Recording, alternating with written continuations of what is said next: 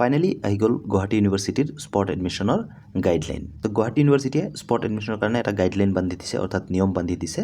তো এই গাইডলাইনসমূহ কি তোমালোকক কৈ দিছোঁ। তো 1 নম্বৰত কৈছে যিসমূহ ছাত্ৰ ছাত্ৰীয়ে সমৰ্থ পৰ্টেলত গুৱাহাটী ইউনিভাৰ্চিটি কেম্পাছ ছিলেক্ট কৰিছিলে সিহঁতহে এই স্পট এডমিশ্যনৰ কাৰণে যোগ্য হ'ব। তো দ্বিতীয়তে কৈছে যে যিসমূহ ছাত্ৰ ছাত্ৰীয়ে সমৰ্থ পৰ্টেলত গুৱাহাটী ইউনিভাৰ্চিটি ছিলেক্ট কৰিছিলে বা এডমিশ্যনৰ কাৰণে আবেদন কৰিছিলে সিহঁতে ছেপাৰেটলি গুগল ফৰ্ম এটা ফিল আপ কৰিব লাগিব স্পট এডমিশ্যনৰ কাৰণে। 3 নম্বৰতে কৈছে যে এই গুগল ফৰ্ম 15 জুন 2026 বৰ্ষৰ ৰাতিপুৱা 11 বজালৈকে এক্টিভ থাকিব। তাৰপিছত আৰু এই ফৰ্ম ফিল আপ কৰিব নোৱাৰিব। গুগল ফৰ্মৰ লিংকটো ইয়াত দিয়া গৈছে। তো লিংকটোত ক্লিক কৰিলে তোমালোকে ফৰ্ম ফিল আপ কৰিব পাৰিবা। মই ভিডিঅ'টোৰ শেষত দেখুৱাই দিম যে কেনেকৈ তোমালোকে এই ফৰ্ম ফিল আপ কৰিবা। 4 নম্বৰত কৈছে যে 15 জুন 2026 তাৰিখে আবেলি 5 বজাৰ পৰা তোমালোকৰ যি মেৰিট লিষ্ট হয় স্পট এডমিশ্যনৰ কাৰণে সেইটো পাব্লিছ হ'ব এই ৱেবছাইটকেইটাত admission.guwahati.ac.in আৰু guwahati.ac.in। 5 নম্বৰত কৈছে যে তোমালোকৰ যি স্পট এডমিশ্যন হয় সেইটো 16 জুন 2026 তাৰিখে হ'ব। তোমালোকে যি ডিপাৰ্টমেণ্টত আবেদন কৰিছিলা সেই ডিপাৰ্টমেণ্টত তোমালোকে যাব লাগিব। 6 নম্বৰত যিসমূহ প্ৰচিডিউৰ আছে, অৰ্থাৎ কি পদ্ধতিত তোমালোকৰ স্পট এডমিশ্যন হ'ব সেইকেইটা কোৱা গৈছে। তো প্ৰথমটো কৈছে যে যিসমূহ কেণ্ডিডেট ছিলেক্ট হৈছে, অৰ্থাৎ যদি তোমালোকৰ নাম আহিছে প্ৰভিজনেল মেৰিট লিষ্টত, তেনে ক্ষেত্ৰত তোমালোকে গৈ যোনটো ডিপাৰ্টমেণ্টত আবেদন কৰিছিলা সেই ডিপাৰ্টমেণ্টত গৈ হাজিৰ হ'ব লাগিব, অৰ্থাৎ ৰিপৰ্ট কৰিব লাগিব বা যাব লাগিব। তাত যোৱাৰ পিছত তোমালোকৰ ডকুমেণ্টছ ভেৰিফিকেশ্যন হ'ব। ডিপাৰ্টমেণ্টত তোমালোকৰ ডকুমেণ্টছ ভেৰিফিকেশ্যন হোৱাৰ পিছত তোমালোকক এটা এডমিশ্যন শ্লিপ দিয়া যাব সেই ডিপাৰ্টমেণ্টৰ পৰা। আৰু সেই এডমিশ্যন শ্লিপ লৈ তোমালোকে আকৌ meeting room of the office of the secretary university classes arts বিল্ডিঙত যাব লাগিব। আৰু তাত তোমালোকৰ যি স্পট এডমিশ্যন সেইটো হ'ব। 7 নম্বৰত কৈছে যে যদি তোমালোকৰ স্পট এডমিশ্যনৰ কাৰণে ছিলেক্ট হোৱা তেনে ক্ষেত্ৰত তোমালোকে সেইদিনাই অৰ্থাৎ 16 জুন তাৰিখেই পে'মেণ্ট কৰি দিব লাগিব অনলাইন মোডত।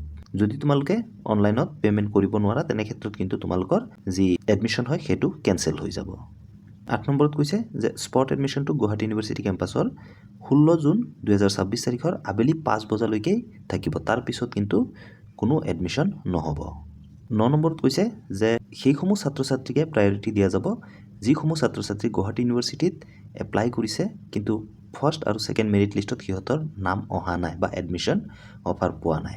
লগতে এইটোও কৈছে যে সেইসমূহ ছাত্ৰ ছাত্ৰী যিসমূহে ফাৰ্ষ্ট মেৰিট লিষ্ট আৰু ছেকেণ্ড মেৰিট লিষ্টত এডমিশ্যন অফাৰ পোৱাৰ পিছতো একচেপ্ট কৰা নাই সিহঁতক বিশেষ প্ৰাধান্য দিয়া নহ'ব। যদি ছিট খালী থাকে বা এক্সেপশ্যনেল কণ্ডিশ্যনৰ ক্ষেত্ৰত সিহঁতক হয়তো এডমিশ্যন দিয়া যাব পাৰে। 10 নম্বৰত কৈছে এই যি প্ৰক্ৰিয়া হয় এইটো নিৰ্ধাৰিত সময়সীমাৰ ভিতৰতে কৰিব লাগিব।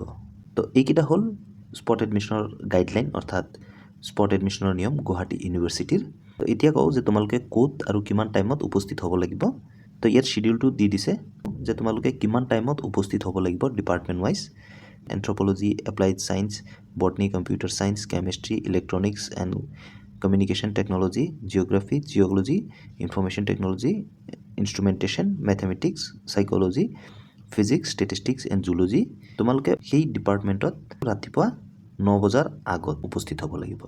আৰু তোমালোকৰ স্পট এডমিশ্যন আৰম্ভ হ'ব ৰাতিপুৱা 10 বজাৰ পৰা দুপৰীয়া 12 বজালৈ। আৰু MBAৰ ছাত্ৰ ছাত্ৰীসকলে MBA ডিপাৰ্টমেণ্টত উপস্থিত হ'ব লাগিব দুপৰীয়া 12 বজাৰ আগত।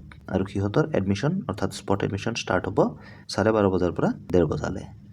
আৰু Assamese, English language teaching, economics, education, folklore, history, Hindi, library, information science, linguistics, mass communication, philosophy, political science, Sanskrit, sociology and women studies, এইকেইটা ডিপাৰ্টমেণ্টত তোমালোকে দুপৰীয়া 1:30 বজাত উপস্থিত হ'ব লাগিব বা তাৰ আগত উপস্থিত হ'ব লাগিব। আৰু তোমালোকৰ এডমিশ্যন অৰ্থাৎ স্পট এডমিশ্যন ষ্টাৰ্ট হ'ব 2 বজাৰ পৰা আবেলি 5 বজালৈ। নিৰ্ধাৰিত সময়সীমাৰ ভিতৰত যদি তোমালোক ডিপাৰ্টমেণ্টত উপস্থিত থাকিব নোৱাৰা তেনে ক্ষেত্ৰত কিন্তু তোমালোকৰ এডমিশ্যনটো নহ'ব। এতিয়া কওঁ যে তোমালোকক যি গুগল ফৰ্ম দিয়া গৈছে সেইটো তোমালোকে কেনেকৈ ফিল আপ কৰিবা।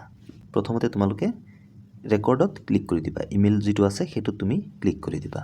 টিক কৰি দিয়াৰ পিছত 1 নম্বৰত তোমাৰ ইমেইল আইডিটো আকৌ লিখি দিবা। 2 নম্বৰত তোমাৰ কণ্টেক্ট নাম্বাৰটো দি দিবা। 3 নম্বৰত তোমাৰ যি ফৰ্ম নম্বৰ হয়, যোনখন ফৰ্ম তোমালোকে গুৱাহাটী ইউনিভাৰ্চিটিৰ কাৰণে এপ্লাই কৰিছিলা বা আবেদন কৰিছিলা সেইটো দি দিবা। 4 নম্বৰত তোমালোকৰ প্ৰগ্ৰাম নেমটো দি দিবা যে তোমালোকৰ কি প্ৰগ্ৰাম হয় সেইটো দি দিবা। 5 নম্বৰত ইয়াত ইউনিভাৰ্চিটি কেম্পাছ বুলি চিলেক্ট কৰি দিবা গুৱাহাটী ইউনিভাৰ্চিটি কেম্পাছ 6 নম্বৰত তোমালোকে কি মেজৰ ছাবজেক্টৰ কাৰণে এপ্লাই কৰিছিলা সেইটো দি দিবা 7 নম্বৰতে তোমাৰ ফাৰ্ষ্ট নেমটো দি দিবা 8 নম্বৰতে তোমাৰ যদি মিডিল নেম কিবা আছে নামৰ তেনে ক্ষেত্ৰত দি দিবা 9 নম্বৰত তোমাৰ লাষ্ট নেমটো দি দিবা 10 নম্বৰত তোমাৰ কেটেগৰী অৰ্থাৎ তুমি যদি SC ST বা OBC NCL যোনটো কেটেগৰীতে পৰা সেইটো তোমালোকে দি দিবা 11 নম্বৰত তোমালোকে যদি অসমৰ বাসিন্দা হয় তেনে ক্ষেত্ৰত ইয়েস বুলি দি দিবা 12 নম্বৰত তোমাৰ ডেট অফ বাৰ্থটো সিলেক্ট কৰি দিবা 13 নম্বৰত তোমাৰ যি সমৰ্থৰ এপ্লিকেশন ফৰ্ম হয় যেটো তোমালোকে নতুনকৈ ডাউনলোড কৰি ইয়াত দি দিবা তাৰপিছত তোমালোকে টাৰ্ম এণ্ড কণ্ডিশ্যনটো টিক কৰি দিবা টিক কৰি দিয়াৰ পিছত সাবমিটত ক্লিক কৰি দিবা ক্লিক কৰি দিয়াৰ পিছত তোমাৰ যি গুগল ফৰ্ম হয় সেইটো সাবমিট হৈ যাব ইয়াৰ পিছত তোমালোকে নিৰ্ধাৰিত সময়ৰ ভিতৰত যদি নাম আহে ইউনিভাৰ্চিটিত যাবা বা ডিপাৰ্টমেণ্টত যাবা গৈ তোমালোকৰ এডমিশ্যনটো কনফাৰ্ম কৰি ল'বা আশা কৰোঁ তোমালোকে বুজি পাইছা ভিডিঅ'টো যদি ইনফৰ্মেটিভ লাগে প্লিজ লাইক এটা কৰি দিবা চেনেলত নতুনলে সাবস্ক্ৰাইব কৰি দিবা লগতে বেল আইকনো দবাই দিবা ধন্যবাদ জয় অসম